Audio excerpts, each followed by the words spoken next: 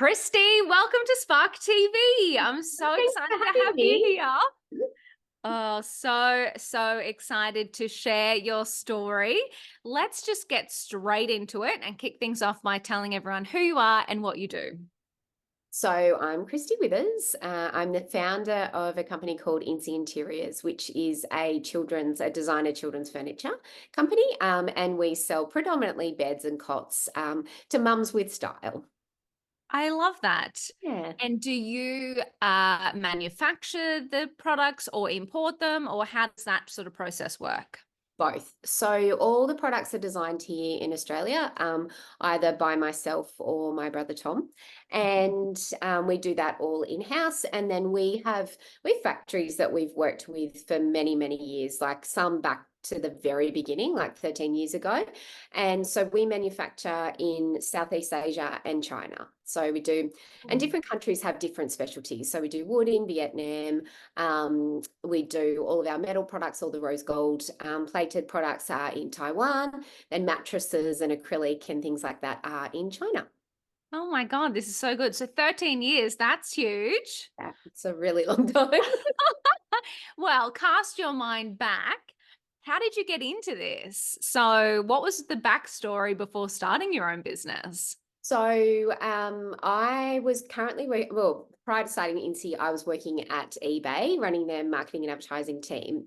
And I Cool. had my son, who's literally, you can probably see him in the background there. He's interning with us at the moment. Oh, love Um, it. who's now 16, turned 16 last weekend. He was going into his first big boy bed, and I couldn't find any beds that I liked in Australia at the time. And I was also traveling constantly to the US or the UK and seeing all these cool things available over there, tried to import them. It was ridiculously expensive. Tried to get things made in Australia. Unfortunately, that was Mhm. potentially even more expensive. Wow. And so all I wanted was a brown kind of wrought iron bed. And so I was trying to buy things off eBay, but they were all finished in lead paint and, all sorts of stuff. So Mm. yeah, after lots and lots of talking about it and talking to anyone I knew, my husband finally said to me, just shut up about it and do it. And that's how it started. They're so helpful, aren't they? Yeah. Sometimes they are just the kick up the bum that you need. Yeah, yeah, totally. I did because I don't think I would have had the guts to do it on my own. Yeah, okay. Yeah. Very interesting. So a huge need, a lot of research trying to source it, find it without launching it yourself and just hitting that brick wall. Yeah, yeah, yeah. And look, there definitely was a need. We launched and it just went gangbusters immediately. So yeah, there was definitely a need there in the market. Oh my God, that's awesome. Yeah. So how long did you start the business before you left your employment? I left my employment, so I'm a massive sucker. I decided to quit, and then I sat Burn the around. bridges, just dive straight in. I love it. Well, I decided to quit, and then I spent 4 months waiting around so they could like replace me. So I did kind of start some research, but nothing serious. I didn't start working on. So I quit eBay in August of Mhm. 2010, and then I launched Incy in Feb of 2011. Okay, amazing. Yeah. And so you mentioned your brother, Tom. So, Yeah. and you said, so has he been part of the manufacturing process? So what's the story there? But Tom's been with us from the very beginning. Tom actually came up with a name. We sat around in our parents' lounge room brainstorming names with the rest of the family. Tom actually came up with Incy. Mhm. And yeah, he's been here since the very beginning. He was at uni when I started the company and was not loving it, was kind of a bit of a dropout. And um, I employed him thinking I was doing him a favor. And then our dad was like really upset with me for Oh, wow. getting him to leave uni. Little did he know he'd already left. But yes. Yeah, so Tom's been around from the beginning. He's done a myriad of roles in the business. So he started out doing customer service, then he ran our Chatswood store, which we had in Chatswood Chase in Sydney for over 5 years. He's done social media, he's done production, he's done operations, he's literally Wow. done everything in the business. Oh my God, that is unreal. Interesting as founders, don't we? It's like the common story, isn't it? It's like, what role did they have? All of the roles. That's what Yeah, a founder it's does. fitting. How's it been working with a sibling? You Yeah, know, great. we often hear horror stories. Look, it's been great. Honestly, I don't think Tom and I have ever had crosswords. Mm.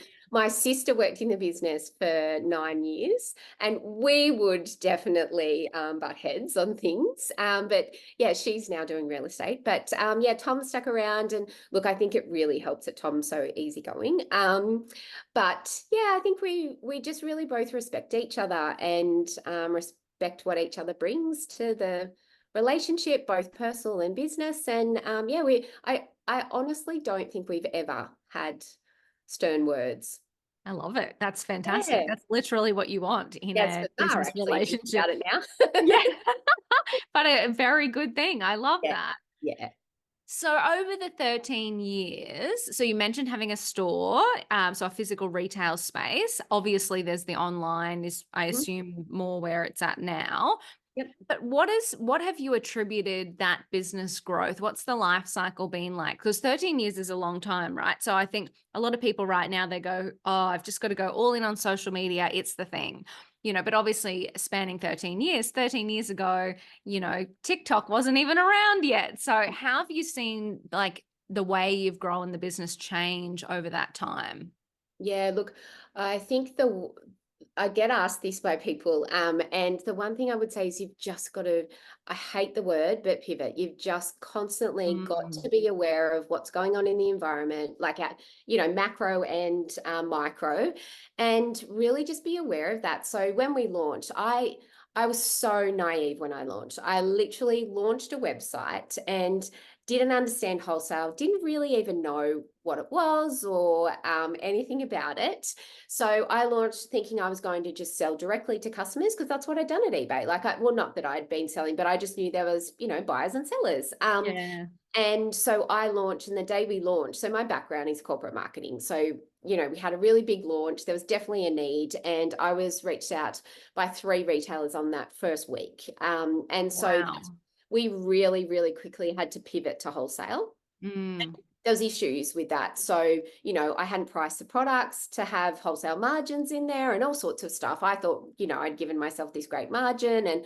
But then when you have that with someone else, then it's not that great. And you've still got all these other costs. And so that was the first thing. So from 2011 all the way through to around 2017, we were a wholesale, probably 80% wholesale, 20% retail business. mhm. 2017, there was a big shakeup in the kind of baby market, and I think it was 4 of the top 5 baby chains went into administration. So Oh, we had, wow. yeah, we went from 200 stockists in like 200 stores in Australia to 70. In 1 year. Holy, wow. Yeah, and so that I wasn't on top of. So I was like, shit, and we lost $1 million revenue, like compared to the year before. Yeah. So we were like, okay, we need to really focus on retail. So Mm, luckily we had really focused on, D2C. So we still kept our stores that we had. And over time there was a lot of changes in that wholesale industry. So we only, like, Incy still only has a few stockets left that they work with on a regular basis. It's now primarily D2C. So obviously us moving towards a bit more of a D2C model in 2017 had us really well set up for COVID because we were already ready to go. We were already operating over. So I live in Orange in regional New South Wales. oh, cool. Yeah, rest of the team live in Sydney. And at the time, our social media manager had lived in Bathurst and had moved to London. So she was working at the London office. So we were already pretty well set up for COVID. Mm, But like everyone, we had all sorts of, issues getting stock and, all the other stuff. And then so then we kind of had a bit of we were a bit of a front runner in online. So, Facebook ads were not super expensive and, acquiring a customer and everything wasn't crazy back then. So post COVID, that's a whole different world now. And it's really expensive to to acquire a customer. And, sometimes it's as expensive as selling a product at wholesale. So mm, now we're kind of flipping back a little bit. And balancing that out a bit more. So yes, definitely being D2C, but also looking at distributors in different regions around the world. But yeah, through that time we had a physical store in Bathurst, which is just near where I live. We had a small store, and then we opened a bigger one, which had a warehouse and an outlet in it. And we also had a physical store in Chatswood Chase, like in a big kind of shopping centre, like a Chadstone in Melbourne or something like that. So yeah, we've tried everything along the way, and I really think that you can't. So we kind of missed the Instagram boom because we were still so stuck on Facebook. So Mm. I like I sound so old saying this, but like I can literally remember we would post something on Facebook and we would sell out of it that day. It was Wow. phenomenal. So Oh when my it, God, take me back. I Take know. me back to those times. Imagine. Can you imagine? Oh my And God. yeah, so we were slow to get onto Instagram. So, you know, and then now we've been slow to get onto TikTok. And so you just really have to stay up to date with what's going on out there, and be Mm. nimble and pivot and change and try new things. And it's exhausting. Oh my God, it is exhausting. But, and to your point, you know, you kind of, you need to get in the like beginning, you know. I think, you know, it's really interesting now. I just heard bloody Instagram's changing again, and this verified tick that we now all pay for, there's going to actually be pricing tiers. So if you want your content to be seen by people, it's going to cost hundreds of dollars a month. And I'm like, this was a free social platform that in the early days you could get new followers, you could make sales, you could have high engagement, all of the magical things, Yeah. but it's just doesn't exist anymore. And it's so like such a testament to getting in early when things change and the market change. So you're spot on. You've got to be all over that. Yeah, yeah, you do. You do. You've really just got to stay up to date with what's going on, you know, stay in touch with other business owners, you know, Mm, just keep your finger on the pulse. I literally subscribe to so many different kind of business email lists and, you know, podcasts. And mm, I literally am consuming that content all day long. yeah. And it Mm, is bloody exhausting, isn't it's it? really bloody exhausting. So after all of that in 13 years, I hear a little rumor that you have an announcement to make. I do. Yeah, so look, it's kind of with happiness and sadness that I let you know that I have decided to move on from Incy. Wow.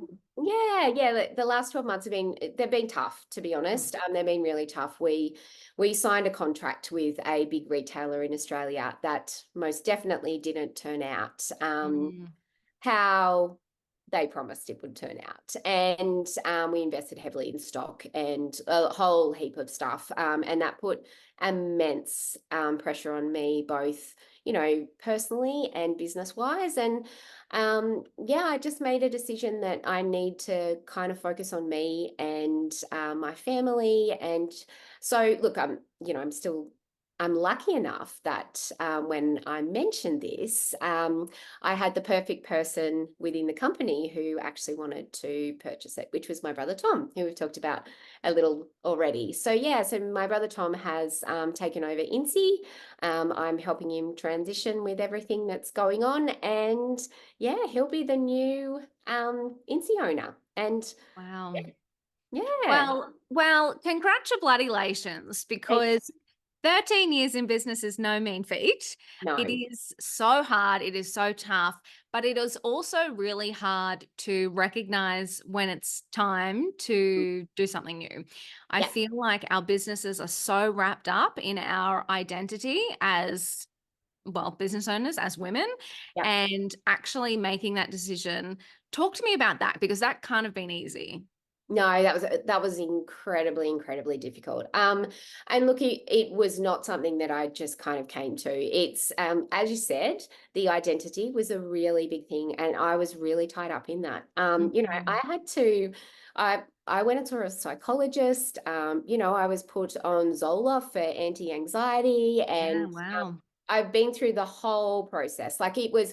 if you'd have spoken to me kind of November last year, I was a mess, and I couldn't focus and not making good decisions and, like all sorts of stuff. And it really took a toll on me. And it takes a lot of work. Like it's a lot of work to, just do really basic things like eat healthy and exercise. All these things we absolutely know are good for us. Yeah.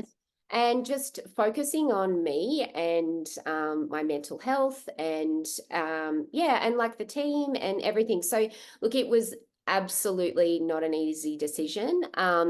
It's one I still feel sad about, but I also feel excited too. Like I'm really excited to see what Tom does with it. Tom is so passionate about Incy. There's no one who loves Incy as much as Tom and I. So, it feels really safe handing it over to him. Mhm. Yeah, and I'm excited about what the future holds for me too. So Yeah. what does the future hold for you? Yeah, look, I'm still trying to figure it out, but Mhm. I've always done mentoring, mainly with business women, no, no men, weirdly, but yeah, business women, and I just love business, and I love women, and I just love helping them. It's something that really lights me up, and I really love doing. So I'm going to continue doing that. I've got 7 people who I've worked with for the last kind of, anywhere from kind of 2 years to the last kind of 4 months. Yeah. So yeah, so I'll continue to work with them. I've got an idea for a course which I'm hoping to launch Yes, mid cool. next month, for all product based future business owners, entrepreneurs. So, I've just tried to take, like the questions I keep getting asked. So how do you manufacture? How do you price this? Like there are a lot of the questions I've received. So that's what the course will be mainly about. But yeah, and just waiting to see what happens. Yeah, I'm just open to whatever really. And just excited to do something else that I'm really passionate about. I love it. I just think it's so inspiring because I think, if I reflect back, so I've been in business now like about 12 Well, years. you're similar, yeah. Yeah, and I look back at the early days and I just think about how inspired and passionate and I no trouble staying up till midnight because I just want to get something done. Yeah. Now I'm like, I don't want to get out of bed. Mhm. you know, Totally. We're 12 years in. tired. It's a lot. Oh my God. Being It's a so business much. owner is not for the faint-hearted. Mm. It's bloody hard work. Like, and I think we should talk more openly about that too. This is not easy. It definitely takes a toll on you mentally and physically and, all sorts of financially, sometimes good, sometimes bad. Yeah. Like it's everything. And Mm. we are so tied up in these businesses and it is so much part of our identity that it's really hard to separate yourself from that. And that's probably the thing I struggled with the most. Yeah.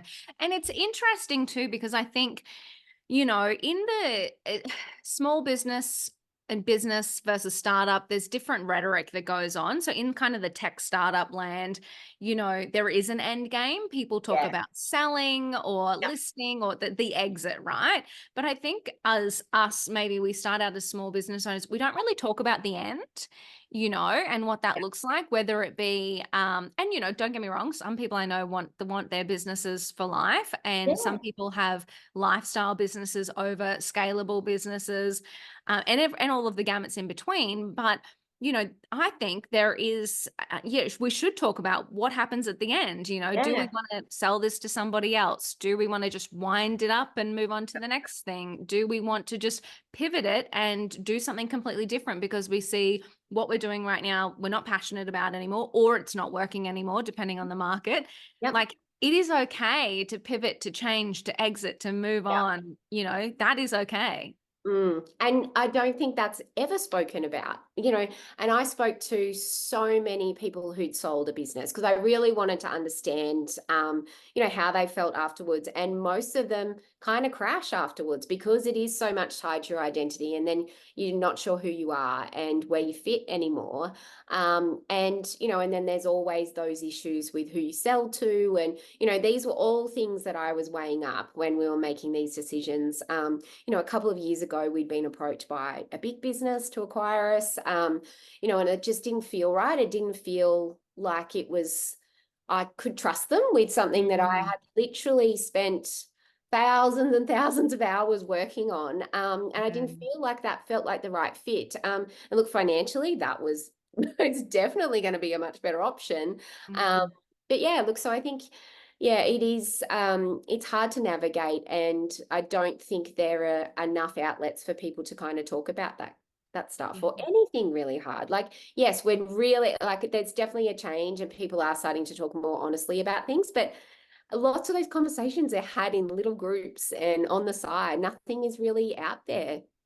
Yeah, I know. I think like when I reflect on how people talk online about business, I feel like it just goes to two extremes. It's either like people crying on their stories, going, things are terrible, and then people who are spruiking, you can be a billionaire overnight. Like Yeah. it's just total, where's just the real talk in the middle? Like, Yeah. we are committed to our businesses and we want to show up, but yeah, some days are really hard. And Yeah, 100%. some days they'll people Totally. And suck. some days you just kind of need to remind yourself, like I've got this really beautiful friend who I talk to often. She's also got her own business, and we kind of are each other's, Hype girls. stuff or whatever. And Yeah. and I'll often say to her, remember, we chose this. Like, we chose to be business owners. And Yes. so we just have to remember that, because this was our decision. And yes, there's definitely hard days. There's also some really, really amazing days. And there's so many cool things that happen, and, opportunities and the people you meet. Like, I have some of the most amazing friends now that I wouldn't have had if I hadn't have started Incy. So Yeah. there's the good and the bad, like everything. Well, and I love that you said that this is our choice. So Mm-hmm. I love that as well, because I'm like, at any moment in time, you can choose something else. Yep. So you can, if you want to, you can go back to being an employee, Yeah, or totally. you can start a new business, or you can change the way that you do business. I love the idea of giving ourselves that choice, Yeah. reminding ourselves that this is the path that we have chosen. So let's give it our all. Yeah. But if it's time to choose something else, that is perfectly fine as well. Absolutely. Yeah, that's okay too. You don't have to just keep, going and going and going, because that's who people think you are. Yeah. And I love you Like, said I'm it. Kristy from Incy to everyone, pretty much. Yes. Oh my God, I know that kills me. But I love you also said when you got the potential offer from the bigger retailer or bigger corporate Yep. that it didn't feel right. No. And I also think that this is a good conversation in terms of sometimes our businesses right now don't feel right. Like it's not, and we're just kind of banging our head up against a brick wall because we Yeah. are so tied to it and think, well, I've always done it like this, Yep. and this is what everyone knows about me. But that I think you really do have to tune into what feels good for you and what feels right for you, because you're right. Otherwise, we do very much run the risk of burning out. Yep. 100%. And look, in retrospect, I should have probably done this 2 years ago. Like, this is 2 years ago is probably when I was starting to get really burnt out, and I just needed a change and I needed something new. And I was so tied up in Kristy from Incy that I just didn't even really think about other options. Yeah. Yeah. Do you have any tips for if somebody is listening to this and they're like, oh crap, this is me? Do you have any tips for perhaps starting to have that conversation with yourself? Mm-hmm. Yeah. So this is something, I used to be part of this business group. I was with it for years. It was through Business Chicks. And Nick, who was our facilitator, actually got me to do this when, other stuff was going on. And she was like, okay, so just when you wake up in the morning, the first thing you think of is, I don't have Incy anymore. And so how do you feel? And so you're just laying in bed and you wake up and you're like, I don't have Incy. And, initially it was just relief. Like, I was like, thank God, like, Yeah. I didn't have all that stress. For the Um, world is my oyster. and then you sit with it and I sat with it for, probably 2 weeks and did that every single morning. And Mm, eventually that's when I was like, no, no, I want to fight for this. So this was a few years ago, mm, and I was like, no, no, I really want to fight for this. And I probably should have done that same exercise, because I think that's a really good way to just check in with you, like your core self, to see how you're actually feeling. Like, is yeah. this just stress right now, or is it you actually ready to let it go? And I got to a point like at the end of last year, I was like, I'm ready to let this go. And I was actually having discussions with the team about shutting it down. Like, because I just, to be honest, I didn't have the energy to go through a sale process. I just Mm, physically didn't have that energy. And I'd spoken to lots of people about what that involved. And so I was just thinking, we'll just sell out and shut down. yeah. Yeah. Yeah. Wow. Yeah. And that's interesting too, because there are options, Mm, and I think if you're feeling like, okay, I'm done yeah. or I'm just about done, interesting that you went to, okay, well, I don't have the energy for a sale process. Yeah. Perhaps an avenue is just to let it go.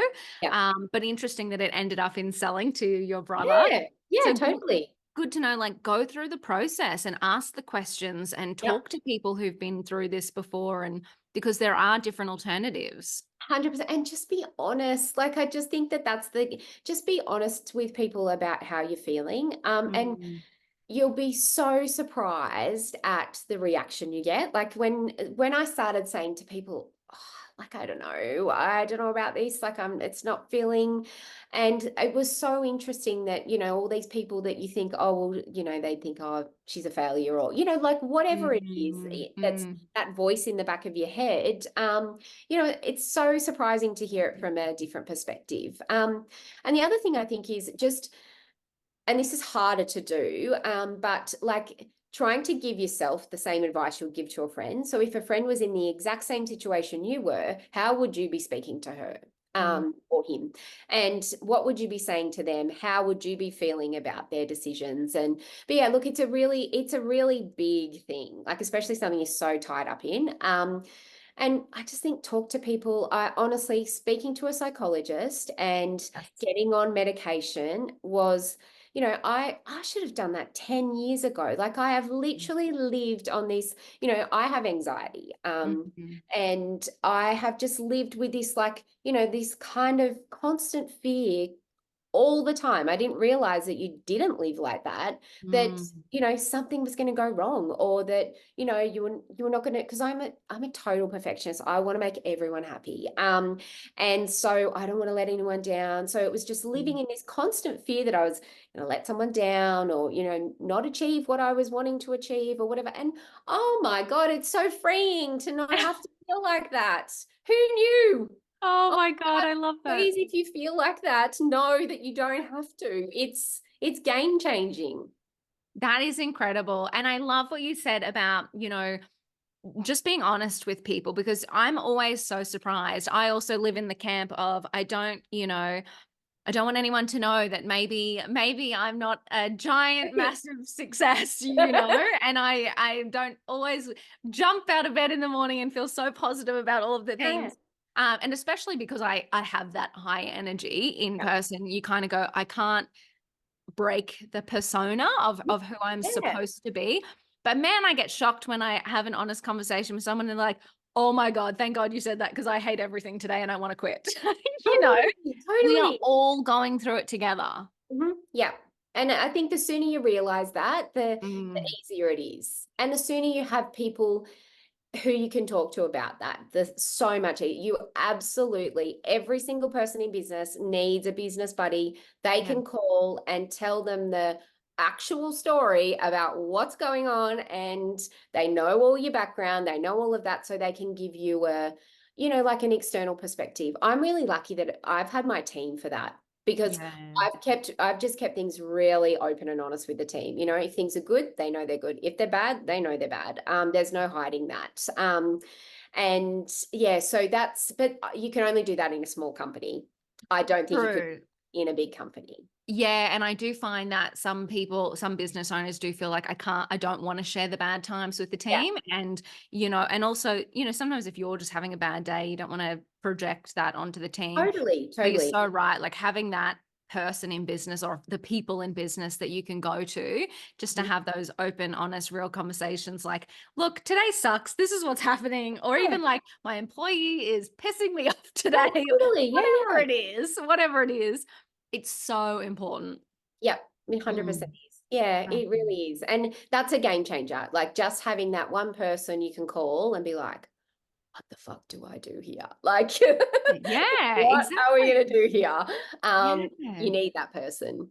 Yeah. And I mean, it always fascinates me product-based businesses, like the challenges that product-based businesses face in terms of inventory, logistics, cash flow, like that's like next level stress, Yeah, and just having those people that you can go to actually have those conversations. Is this normal? Should I be dealing with this or have I really fucked up or what yeah, what has totally. happened here? Yeah, Is it yeah, just yeah. me? Yep, Yeah. yep. Have I done something wrong here? Is there something, how do I get out of this? How do I make sure it doesn't happen again? Like whatever it Yes. is. Yeah, definitely use those networks. Or find yourself an actual mentor you can ask that to. Like if you don't feel comfortable talking to other business owners or whatever. But I've just really tried to the whole time make friends with everyone in our industry. Like we're buddies with all the linen companies, all the pram companies, like all that kind of stuff, so that you've got lots of people in your corner. Yes, I Yeah, love that.